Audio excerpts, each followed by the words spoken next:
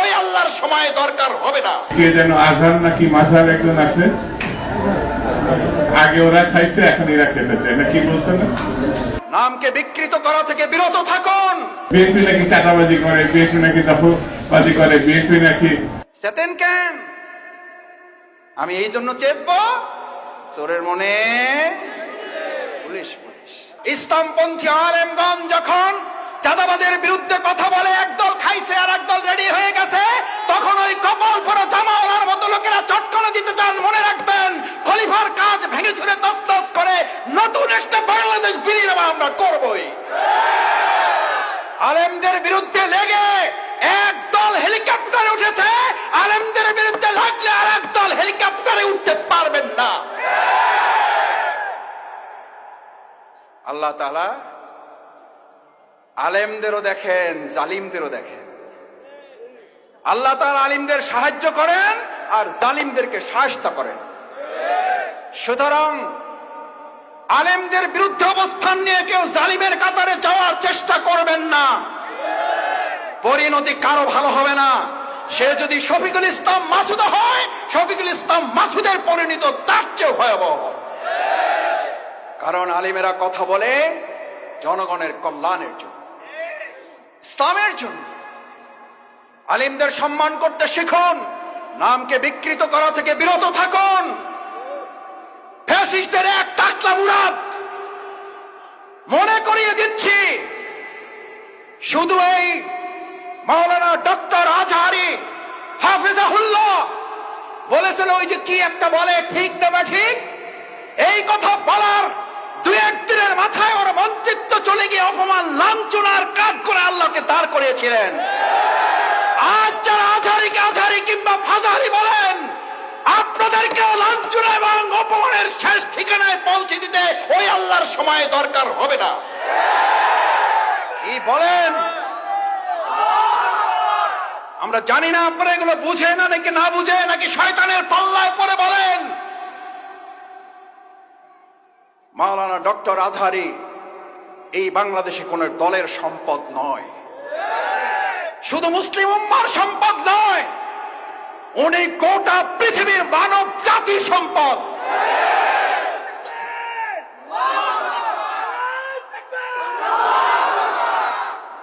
ওনাকে আপনারা বলেন একটা দলে যোগ দিয়ে দেন, আরে ভাই উনি তো একটা দলে আছেই, বুঝেন না কেন?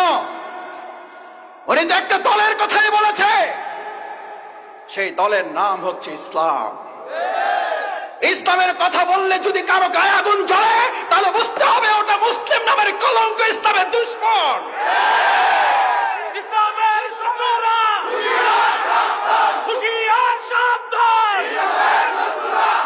আমরা বললাম সাদাবাজা রেডি হয়ে আছে। আরে ভাই, রেডি হয়ে আছে বলার মধ্যে দিয়ে যদি আমি ভয় পেয়ে যাই, তাহলে তো আমি দুইটা অন্যায় করেছি। নিজ দায়িত্বে এটা আমি এবার ঘাড়ে চেপে নিয়েছি। চোরের মনে দুই উজু করা লোক সকালবেলা, একজন তাহাজ্জুদের জন্য আর একজন চুরি করার জন্য নাক মুখ ধোয় না। তাহাজ্জুদওয়ালা মনে করতেছে এই দেশে তো আরো চোর আছে, এটা মনে করে। তাহাজ্জুদওয়ালা মনে করে আমার মতো তাহাজ্জুদ পড়ার লোক তো এই সমাজে আরো। চোরওয়ালা মনে করে চোর আগে তো একা করতাম, এখন থেকে আমার দলে লোক আরো।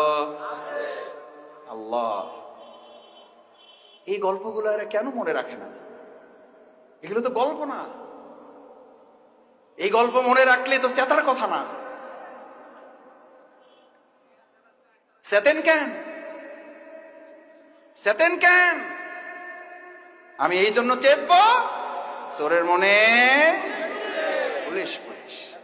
সে যেই হোক, শফিকুল ইসলাম মাসুদ যদি মনে করে আমার মধ্যে চোরামির অভ্যাস আছে, তাহলে পুলিশ দেখলে তো ভয় একটু।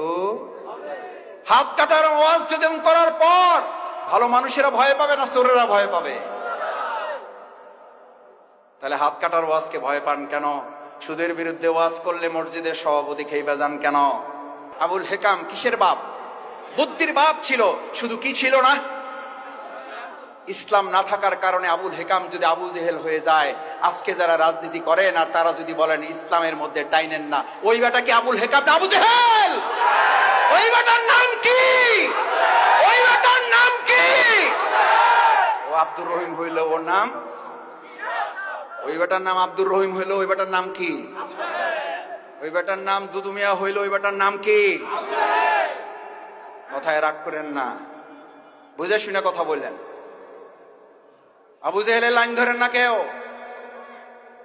আমাদেরকে ভয় দেখাবেন না, কারণ আমরা ভয় করি কাকে? কাকে?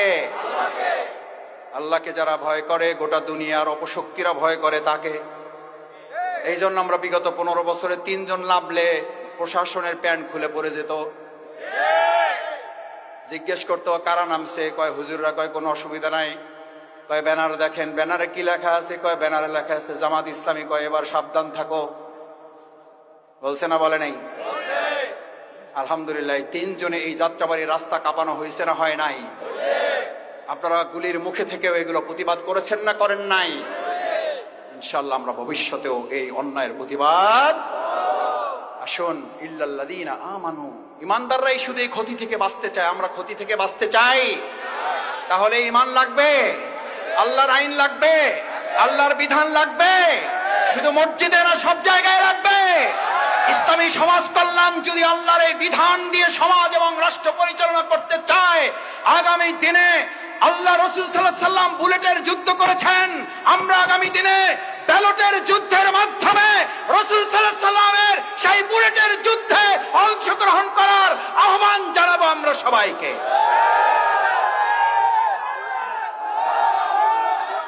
রাজি সবাই?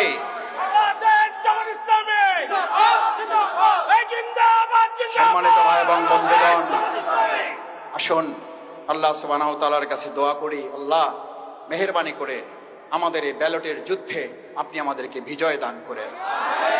রাসূল সাল্লাল্লাহু আলাইহি সাল্লামের সেই বাণী আমাদেরকে ধারণ করান। কতিপয় হাপরওয়ালা বুঝেন, দা কাশি বানায়, তাদের সাথে অবস্থান করেন, কোনো কাজ করবেন না। মাথা থেকে গন্ধ না দুর্গন্ধ বেরোবে, কারণ হাপরওয়ালাদের সাথে বসে আছেন। হাপর বুঝেন, দা কাশি বানায়। রাসূল সাল্লাল্লাহু আলাইহি সাল্লাম বললেন, তোমার আতর কেনার সামর্থ্য নাই, পকেটে টাকা নাই, আতরের দোকানে সকাল থেকে সন্ধ্যা পর্যন্ত বসে থাকো। গন্ধ না দুর্গন্ধ? কি দুর্গন্ধ না সুগন্ধ? আজ এখানে যারা আছেন, ব্যালটের যুদ্ধের মাধ্যমে আগামী দিনে হাপরের পক্ষ নিবেন নাকি আতরওয়ালাদের পক্ষ নিবেন? আতরওয়ালাদের পক্ষ নিবেন যারা, দেখি হাত তুলো। আল্লাহ আমাদের আতরওয়ালাদের সাথে কবুল করেন। আস্তাগফিরুল্লাহ রাব্বি মিন কুল্লি যামবি ওয়া আতুবু ইলাইহি। সুবহানাকাল্লাহুম্মা ওয়া বিহামদিকা আশহাদু আল্লা ইলাহা ইল্লা আনতা আস্তাগফিরুকা ওয়া আতুবু ইলাইক।